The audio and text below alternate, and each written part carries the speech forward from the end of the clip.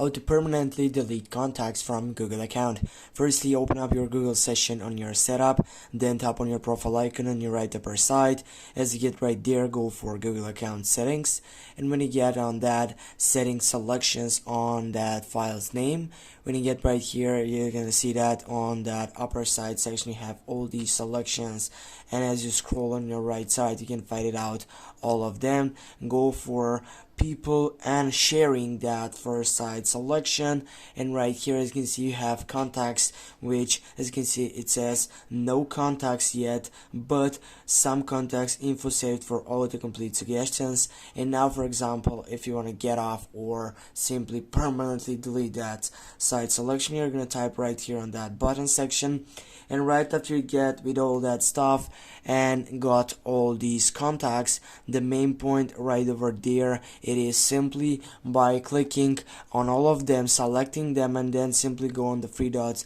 then go delete and get off all of them.